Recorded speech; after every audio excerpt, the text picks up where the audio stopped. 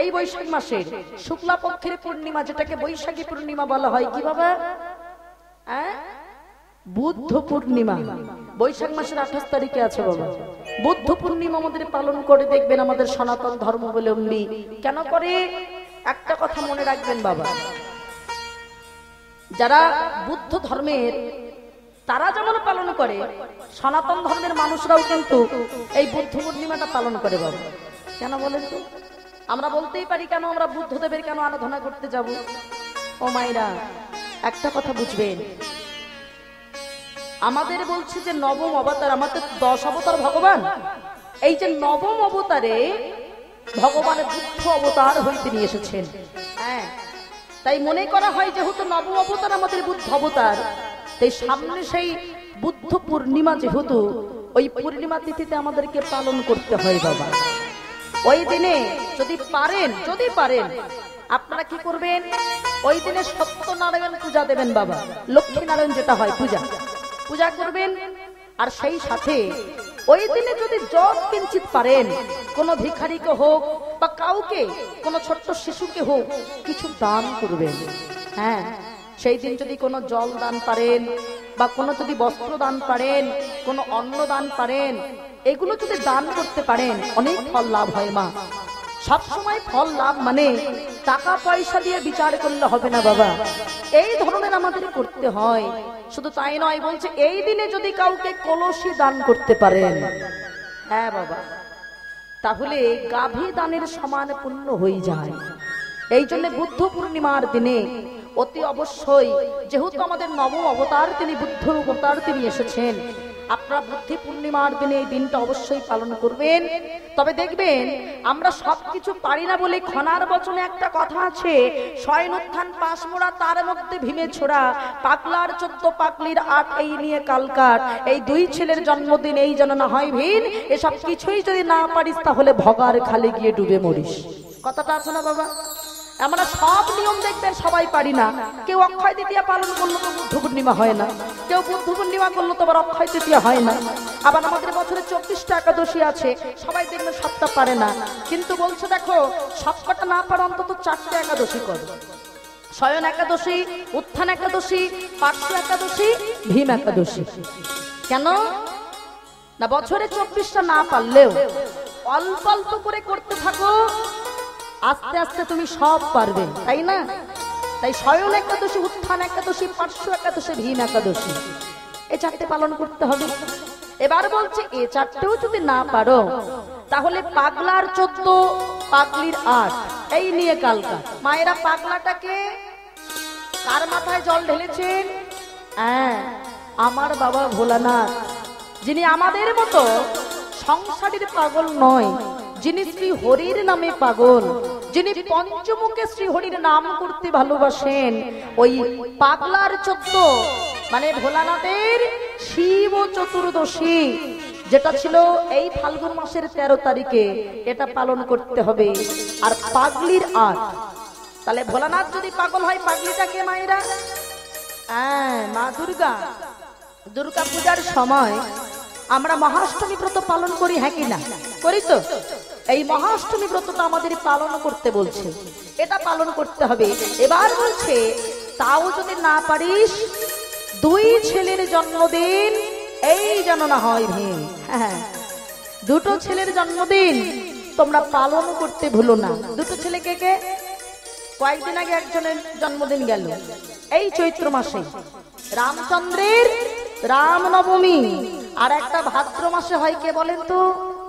ভগবান শ্রীকৃষ্ণের জন্মাষ্টমী ব্রত, এটা পালন করতে হবে। এবার বলছে কিছুই যদি না পারিস, মানে আমরা যদি মনে করি ধর্মের নামে আমরা অকম্মা ঢেকি, শুধু খাবো দাবো আর ঘুমাবো, আরে কীর্তন যত টাকা দিয়ে দাও না কেন, কীর্তন শুনবো না। কীর্তন শুনবো কেন? চটে বসে কীর্তন শুনবো? শুনবো না। বাড়ি গিয়ে খাবো দাবো ঘুমাবো, এটা যদি মনে করি, মানে ধর্মের নামে যদি আমরা অকম্মা ঢেকি মনে করি, তাহলে বলছে কিছুই যদি না পারিস, ভগার খালে গিয়ে ডুবে মরিস। ভগার খালটা কোথায়? কোন খাল বাবা?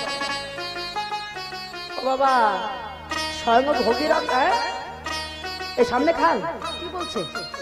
ভগার খাল মানে কি তাই হলো? স্বয়ং ভগীরথের কথায় যেহেতু মা গঙ্গা তিনি মরতে এসেছিলেন, তাই মা গঙ্গার আর এক নাম হয়ে গেছে ভাগীরথী। বলে কিছুই না পারিস, বছরে একবার করে হলেও অন্তত গঙ্গার জলে গিয়ে ডুব দিয়ে আসিস। হ্যাঁ, তাই তো বাবা আমাদের ভজন সাধনটা সেইভাবে করতে হয়। তাহলে আমরা কি করব? যতক্ষণ সময় পাবো হরি বল বলবো, হরির নাম করব, সবাই মিলে গাইবো হাসি মাখা বদনে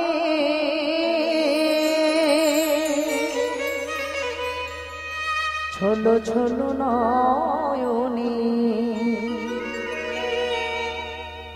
আনন্দ কাননে মোহ ভ্রময় নিবা। সবাই বাহু তুলে উলুধ্বনি করে একবার হরি বল মনরে আমার, হরি বল মনরে আমার। উলুধ্বনি হরি বল হরি বল।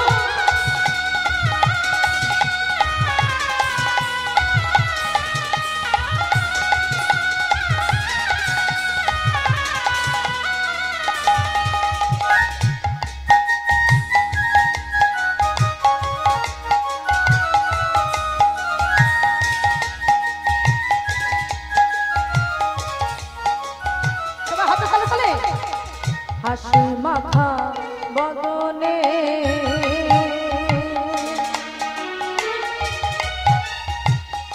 চলো চলো নয়নে, হাসি মাখা বদনে চলো চলো নয়নে আনন্দ কাননে ভ্রময় নিবা। হরি বল মনরে আমার, হরি বল মনরে আমার। উলুধ্বনি হরি বল হরি বল।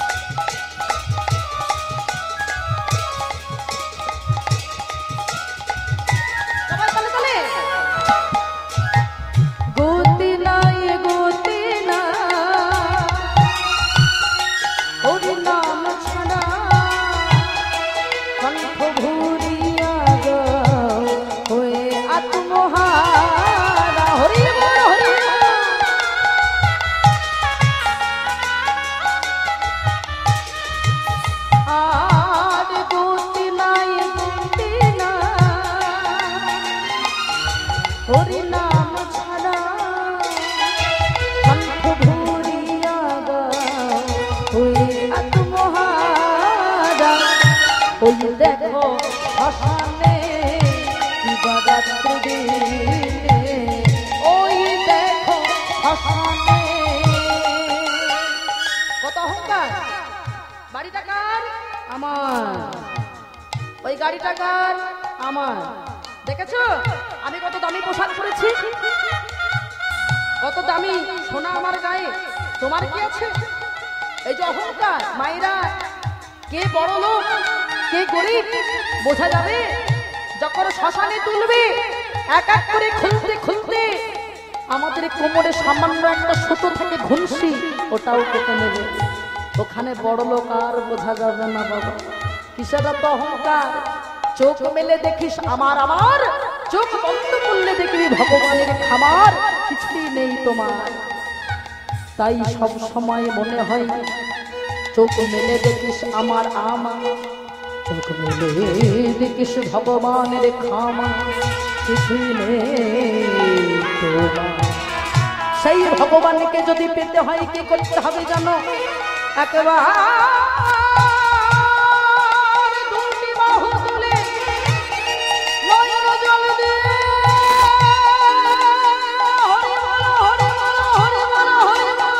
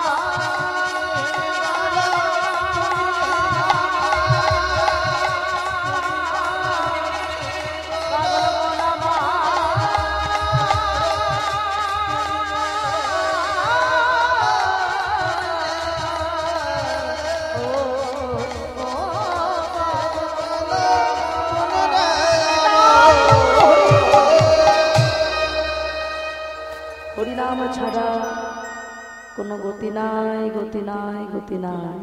বলে বসলো মুকুন্দ তুমি বাড়ি ফিরে যাও। গৌর হরি বলি বসলো সংসার ধর্মটা হলো শ্রেষ্ঠ ধর্ম, তাই আমি তোমায় বলছি তুমি বাড়ি ফিরে যাও, কবিরাজি চিকিৎসা করো, গোপীনাথের সেবার মধ্যে দিয়ে তুমি আমায় পাবে। ও মায়েরা, কবিরাজি মানে কি গো?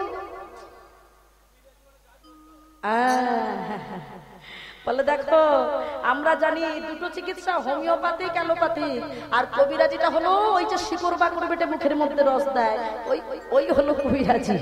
হ্যাঁ, তবে শোনো তুমি বাড়ি ফিরে যাও, কবিরাজি চিকিৎসা করো। হ্যাঁ, কে আর গোপীনাথকে তুমি সেবা দেবে, তার মধ্যে থেকেই তুমি আমায় পাবে। যাওয়ার দেরি করো না, সংসার ধর্ম বড় ধর্ম, তুমি সংসার ধর্ম পালন করো। ফিরে যাও, ফিরে যাও শ্রীখণ্ডে, ফিরে যাও।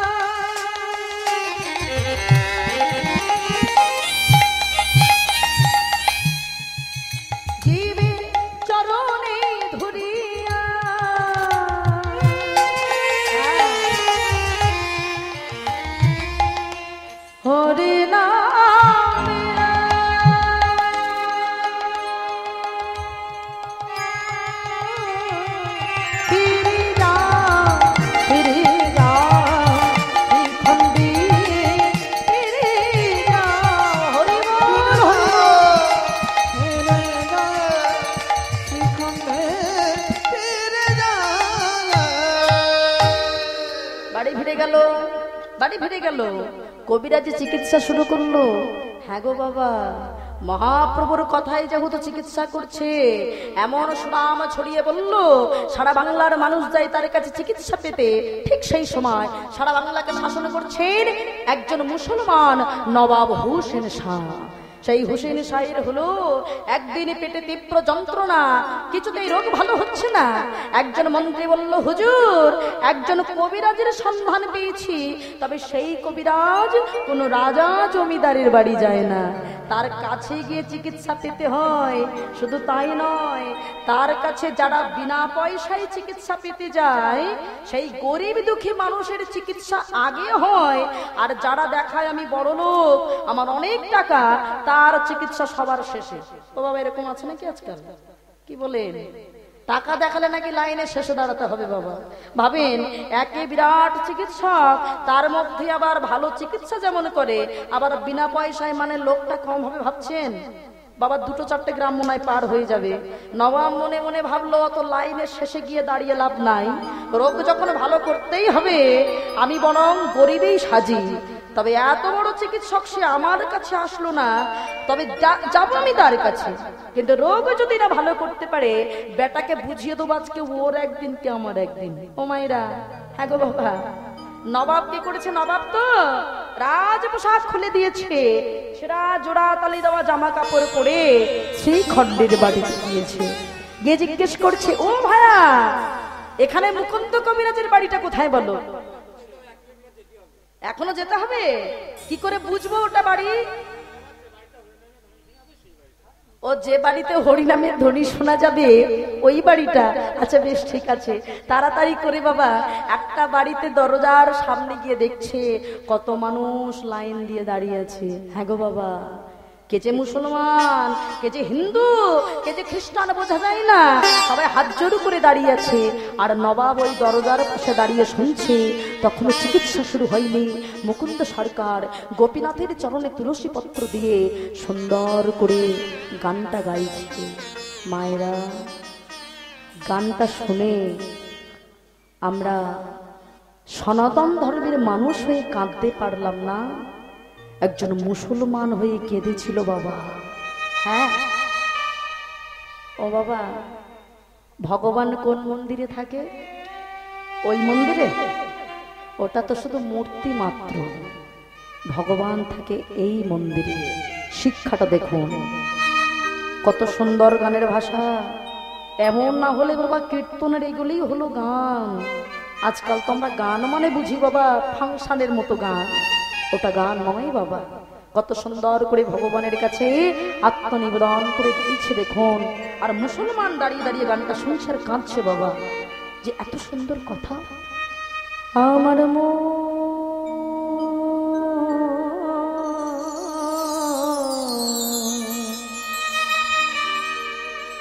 আমার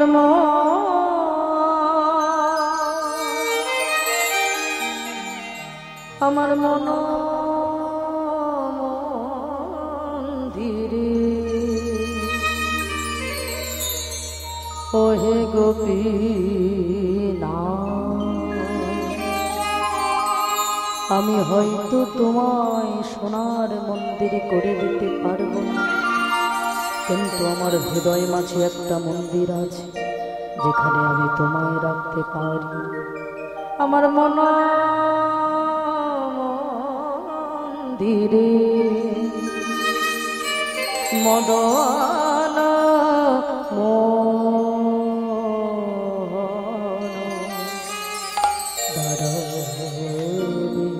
নাকি গো আসে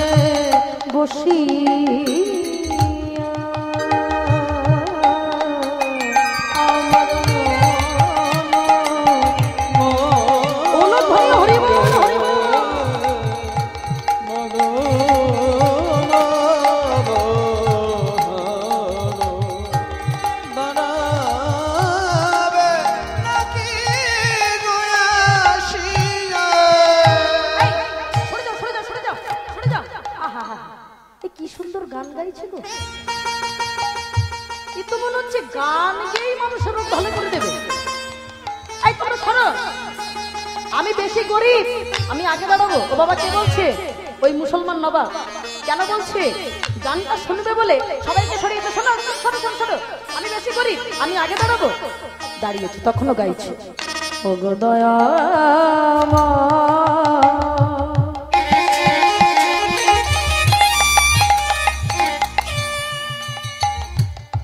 পতিত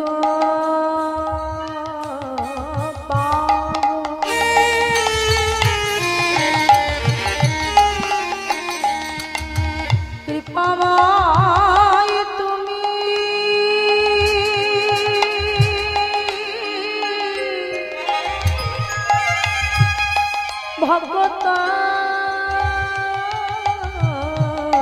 শোনো দয়া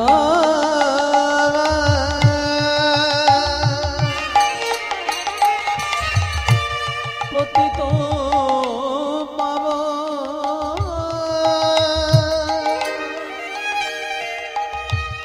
কৃপাময় তুমি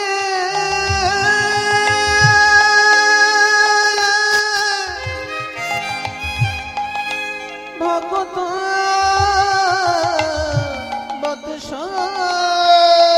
আমার অন্তিম কালে দিয়েছি চার অন্তিম কালে দিও শ্রীচর এই আশা ছিল মনে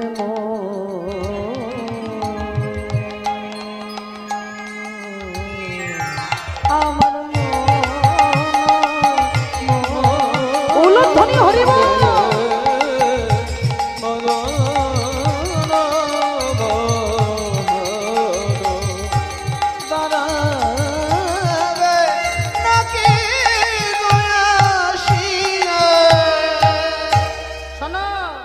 আমার পুজো হয়ে গেছে সব থেকে যে গরিব সে আমার সামনে এসে বাবা বাবা আমি বাবা আমি বাবা সব থেকে বেশি কে তুমি তোমার নাম কি ও মায়েরা মনে মনে ভাবছে আমার নাম নবাব হোসেন শাহ সবাই জানে কিন্তু বেটা আমার জোড়া তালি দেওয়া জামা কাপড় থেকে চিনতে পারি পরিচয়টা গোপন করতে হবে বাবা আমি হলাম হোসেন ফকির বাবা ফকির মানুষ আমি কি হয়েছে তোমার বাবা আমার পেটে খুব ব্যথা কিছুতে রোগ ভালো হচ্ছে না জামা খোলো খুলে মাটিতে শুয়ে পড়ে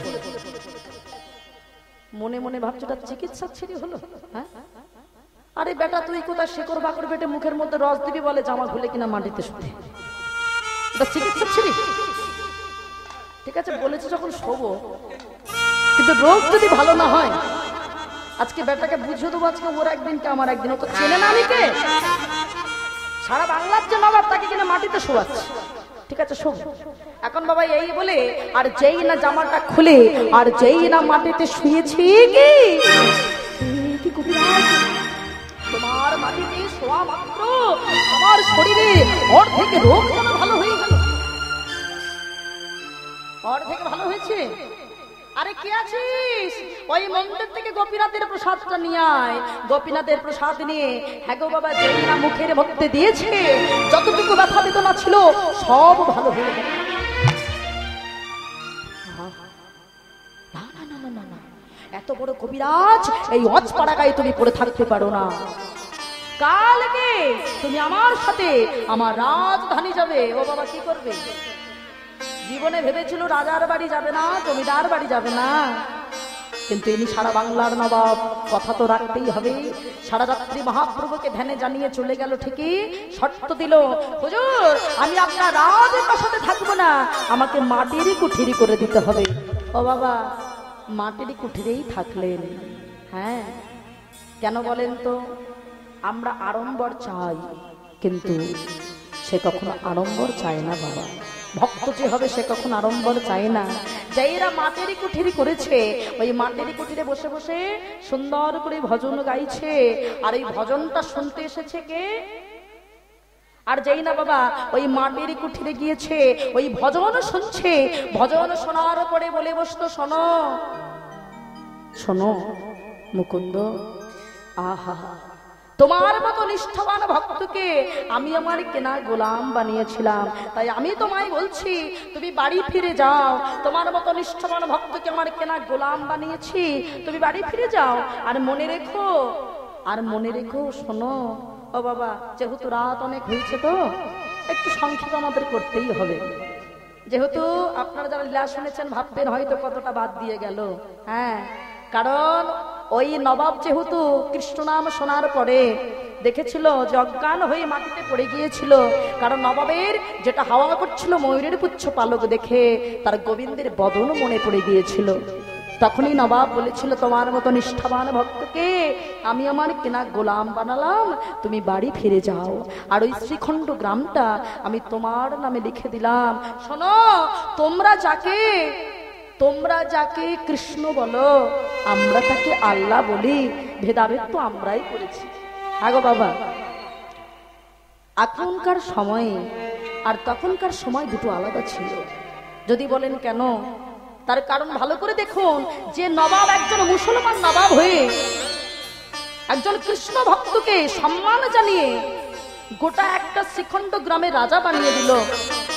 শুধু তাই নয়, সে বলল, তোমরা যাকে কৃষ্ণ বলো, আমরা তাকে আল্লাহ বলি। তখন কই আমাদের ভিতরে এত জাতের ভেদাভেদ ছিল না বাবা, এত সাম্প্রদায়িকতা গন্ডগোল ছিল না। এখন হচ্ছে না। এখন সনাতন ধর্ম টিকে থাকাটা বড় মুশকিলের জায়গায় বাবা। আসলে তখন এই গন্ডগোলটা হতো না কেন জানেন? তখন মুসলমান হোক আর হিন্দু হোক, যাদের হাতে দেশের ক্ষমতা ছিল, যারা নবাব ছিল, তারা সবাই শাস্ত্রটা পড়তো বাবা। এখনকার মানুষ শাস্ত্র পড়ে কোথায়? এদের দাঙ্গা হবে না, এদের মারপিট হবে না, কাদের হবে বাবা? কি বলেন? এই দেখুন না, শাস্ত্র কথা আলোচনা হচ্ছে। আমাদের সনাতন ধর্মের মানুষ কীর্তন কজন শুনছে বলুন? শুনছে না। না, শাস্ত্র কথা আমাদের জানার কোনো দরকার নেই। আমরা মারপিট করব, আমরা গন্ডগোল করে মরব। আমরা আমাদের ভুলের কারণে সনাতন ধর্মের মানুষ হয়ে নিজের পায়ের তলার মাটিটা বাবা বড় নরম করে ফেলেছি। আজকে সেই জন্য আজকে এত সুন্দর একটা মিলন তীর্থ, জায়গাটাও সত্যি আপনাদের পূর্ণতা পেয়েছে। মিলন তীর্থ তখনই কথাটা পূর্ণ হয়, ভগবানের সুন্দর মন্দির করলেই কি আর মিলন হয় বাবা?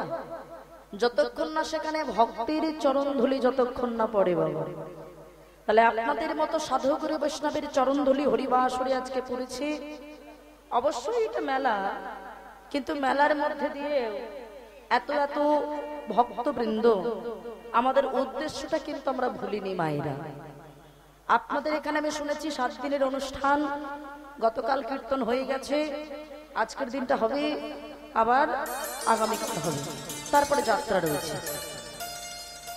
মানে আমাদের জীবনে চলতে গেলে অনেক কিছু প্রয়োজন। যাত্রাও দেখবো, ফাংশনও দেখবো, অর্কেস্ট্রার দেখবো, কিন্তু সবকিছু দেখার মধ্যে দিয়ে আমরা তো সনাতন ধর্মের মানুষ বাবা, আমাদের ভুলে গেলে হবে না যে আমরা সনাতন ধর্মের মানুষ। আমাদের উচিত আমাদের যে ধর্ম নিয়ে, যে হরি কথা, কৃষ্ণ কথা, যেটা আমাদের আস্বাদনের বিষয়, সেটা কখনোই আমাদের ভুলে গেলে হবে না। তাই আজকে যে আমরা হরিবাসরে উপনীত হতে পেরেছি, এই যে গৌরীয় মঠ মিলন তীর্থ, মিলন কথার অর্থ হলো যেখানে বহু মানুষের সমাগম হয়। এটা শুধু মিলন হতো, কিন্তু এটা হলো মিলন তীর্থ। যে তীর্থটা ভক্ত ভগবানের মানে জীবাত্মা পরমাত্মার সঙ্গে একটা মিলনের জায়গা তৈরি হয়, এটাই হলো সত্যিকারের মিলন তীর্থ মায়েরা। তাহলে আমরা এসেছি কেন? আগে উদ্দেশ্যটা বুঝতে হবে। কথায় বলে, বিনা লাভে কেউ তুলো পর্যন্ত বয় না, বলেন মায়েরা। তাহলে হরিবাসরে এই রাত হয়েছে, আপনারা কি আমরা কি সবাই বিনা লাভে ঘুরছি বাবা? আমাদের তো একটা লাভ আছেই, কিন্তু আপনাদের কি স্বার্থ আছে মায়েরা? বিনা স্বার্থে কেউ আমরা হরিবাসরে আসেনি মায়েরা। তবে সব স্বার্থ চোখে দেখা যায়, আর এটা চোখে দেখা যায় না। এই স্বার্থটা যদি সিদ্ধি লাভ হয়, তবে এটা অনুভব করে বোঝা যায়। হ্যাঁ, আমার গৌর গোবিন্দকে যদি আস্বাদন করা যায়, তবে সেটা অনুভবের বিষয় বাবা। আমাদের বুঝতে হবে, ভগবানকে পেতে গেলে সারা জীবন আমরা নিজেদের কর্ম নিয়ে ব্যস্ত থাকি মায়েরা। সকাল থেকে যতক্ষণ না ঘুমোতে যান, একটু ভালো করে ভেবে দেখেন তো মায়েরা, সারা দিনটা আমরা আমাদেরকে নিয়ে ছাড়া অপর কাউকে নিয়ে ভাবার কথা কি বাবা আছে আমাদের? গোপাল গোবিন্দকে নিয়ে ভাবার সময় আমাদের নেই।